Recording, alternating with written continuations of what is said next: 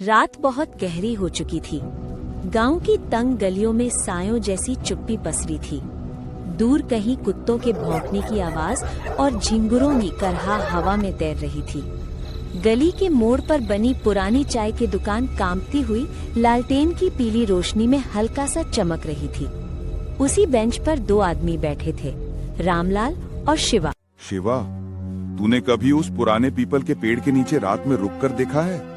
लोग कहते हैं कि वहाँ सफेद साड़ी वाली औरत दिखती है जो बहुत ही ज्यादा खतरनाक है।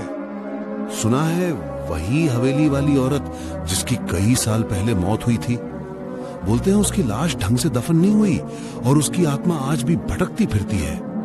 रात में वहां कोई भी नहीं जाता है। मेरा चचेरा भाई उधर से एक रात गुजर रहा था। पीछे से किसी ने उसका नाम पुकारा, लेकिन कोई नहीं था। मगर पैरों के पास ठंडी हवा का एक झोंका आया था। कई दिन बुखार में पड़ा रहा। बहुत मुश्किल से तबीयत ठीक हुआ। तब से उस रास्ते में शाम होने के बाद गया नहीं। लोग बातें भी बहुत बनाते हैं। पर रघुवीर को याद है, वही जो शराब पीकर हवेली में घुस गया था। अगले दिन चौपाल के पास मिला था, पूरा पागल हो गया था। अब तो सही से बोल भी नहीं पाता। तो तू मानता है कि भूत प्रेत सच में होते हैं या फिर लोग मनगढ़ंत कहानी बनाते हैं? मानूं या ना मानूं, मगर आधी रात को गांव के बाहर वाले पेड़ के पास मत जाना। वहां औरत के रोने और बच्चे के हंसने की आवाजें एक साथ आती हैं। उसी समय कदमों की आहट सुनाई दी। दोनों सहमकर उठ बैठे। अंधेरे को चीरता हुआ उनका तीसरा दोस्त महेंद्र वहां आया। उसका चेहरा थका हुआ और बुझा बुझा था, जैसे किसी अनजानी यात्रा से लौटा हो। अरे महेंद्र, तू आ गया। इतनी रात में कहां घूम रहा है? चल अब माहौल बनेगा, कोई डरावनी कहानी सुना दे। तेरी कहानी सुनकर बहुत मजा आता है। रात में नींद भी नहीं आती सुनने के बाद। तू तो वैसे भी ऐसी कहानियां सुनाकर नींद उड़ा देता है। बहुत मजा आता है भाई तेरी कहानी सुनकर। ठीक है, एक कहानी है, मेरी नहीं, मेरे एक दोस्त की, जिसने अपनी आंखों से वो सब देखा था। उत्तर प्रदेश में घने जंगलों से घिरा गांव है भैरकपुर। दिन में साधारण गांव लगता है, बच्चे खेलते, किसान खेतों में, बूढ़े चौपाल पर। लेकिन रात होते ही गांव की हवा जैसे किसी और दुनिया से ताल्लुक रखने लगती है। दरवाजे बंद, खिड़कियों पर कुंडे चढ़े हुए और बाहर सिर्फ हवा की कराह। कई साल पहले हुई एक घटना के बाद से लोग कहते हैं कि इस गांव की रातों में एक साया घूमता है। पीपल की कराह, कुत्तों का एक साथ रोना और सूखे कुएं के पास सुनाई देने वाली औरत की चीखें, ये सब सिर्फ कहानियां नहीं मानी जाती। उसी गांव में रहता था सूरज, जिसकी उस रात जिंदगी बदलने वाली थी। रात लगभग 10:30 बजे का समय था। बारिश हो रही थी और हवा में ठंड जैसे किसी अदृश्य साये की चेतावनी दे रही थी। कमरे के कोने में लालटेन हल्की हल्की टिमटिमा रही थी। सूरज का बेटा बाबू की हालत बिगड़ती जा रही थी। सूरज और उसकी पत्नी दोनों बहुत ही ज्यादा परेशान थे। इतनी रात में कहां लेकर जाएंगे, सोच में थे। सुनिए जी, बाबू की तबीयत बहुत खराब है, कुछ कीजिए वरना बाबू की तबीयत और ज्यादा खराब होने लगेगी। फिर कैसे करेंगे जी? रात में ठंड काफी लग रही है और गाड़ी भी नहीं है। अब रुकना ठीक नहीं। मैं साइकिल से ही उसे शहर के अस्पताल ले जाऊंगा। अभी इस टाइम गाड़ी भी नहीं मिलेगी और समय ढलता जा रहा है। किसी से मदद लूंगा तो साफ मना कर देगा। अकेले? रात का वक्त है, रास्ता सुनसान, मुझे डर लग रहा है। इतनी रात में अकेले कैसे जाएंगे जी? मैं भी साथ जाऊंगी, फिर थोड़ी हिम्मत आएगी। डर मुझे भी है, लेकिन बाबू की जान पहले है। तुम घर पर दुआ करना, मैं उसे ठीक करके ही वापस लाऊंगा। घर का ध्यान रखना भी जरूरी है और साइकिल से जाने में प्रॉब्लम भी हो सकती है, इसलिए तुम घर पर ही रहो। फिर सूरज अपने बाबू को लेकर निकल गया। बारिश तेज थी, रास्ता सुनसान था और अंधेरा इतना गहरा जैसे कोई आंखें लिए उसे देख रहा हो। पूरा सन्नाटा छाया हुआ। चारों तरफ काली अंधेरी रात थी और जंगल में उन दोनों के अलावा कोई नहीं था। दूर दूर में कुत्ते की भौंकने की आवाज सुनाई दे रही थी। कुछ दूर जाने पर रास्ते में एक बूढ़ी औरत बैठी दिखाई दी। बेटा जरा रुक जा, ये टोकरी भारी है, उठा नहीं पा रही हूँ। क्या तुम मेरी मदद कर सकते हो बेटा?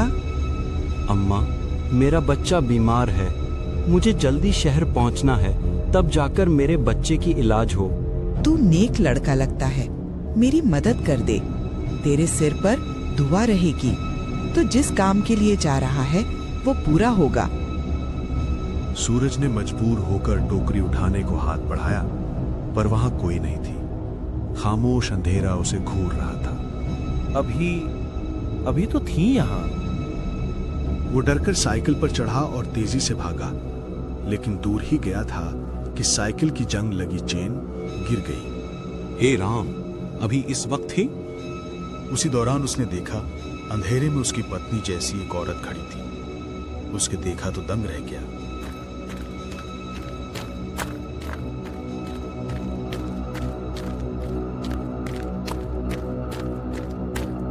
मैंने रास्ते में एक परछाई देखी थी, वो मेरा पीछा कर रही थी। मुझे बहुत ज्यादा डर लगा। फिर मैंने भागते भागते आ रही थी, तब आपको देखा। जल्दी करो, बाबू को मुझे दे दो। भय, थकान और घबराहट ने सूरज को सोचने की ताकत नहीं रहने दी। उसने बाबू को उसकी गोद में दे दिया। सूरज ने साइकिल की चेन ठीक की और आगे बढ़ा। कुछ ही दूरी पर उसे लगा कुछ गलत है। उसने पीछे मुड़कर देखा, वो उसकी पत्नी नहीं थी, वो वही प्रेत छलावा था।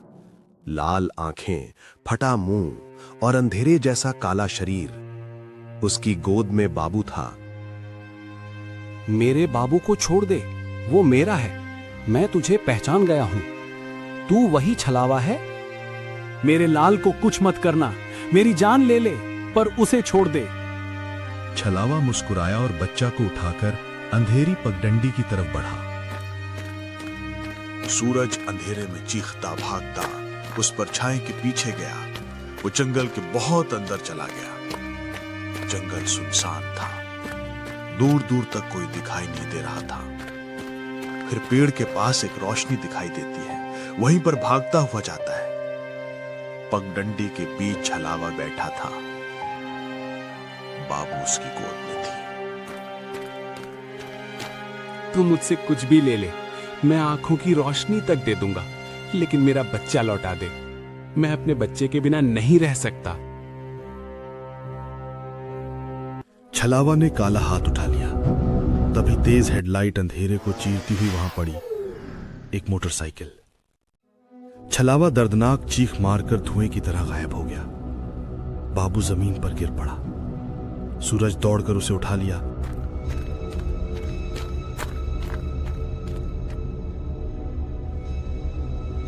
मोटरसाइकिल वाला रघु सूरज का दोस्त निकला। फिर रघु सूरज के पास आता है।